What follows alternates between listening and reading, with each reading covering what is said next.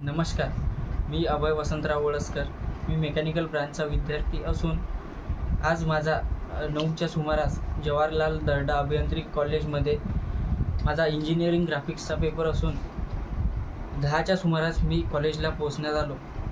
त्यानंतर मला सिक्युरिटी गार्डने अडवले व त्यांनी माझे ID कार्ड मागितले. तर माझ्याकडे ID कार्ड नसून त्यांनी मला घरी जाण्यास प्रवृत्त केले की तू ID कार्ड घेऊन ये आणि नंतर तुला कॉलेजला प्रवेश देणार. तर त्यांना मी फोटोकॉपी दाखवली ID कार्डची, तर त्यांनी मला नकार दिला. त्यांनी मला म्हणाले की ID कार्ड ओरिजिनल हवं. त्यांनी मी त्यांना हॉल तिकीट पण दाखवली, तरी त्यांनी मला नकार दिला जाण्यासंदर. तर मी घरी गेलो. त्या कालावधीत माझा 45 मिनिटाचा अमूल्य वेळ वाया गेला. त्यानंतर मी वर्ग शिक्षिकाकडे गेलो, तर त्यांनी मला पेपरला बसण्यास नकार दिला.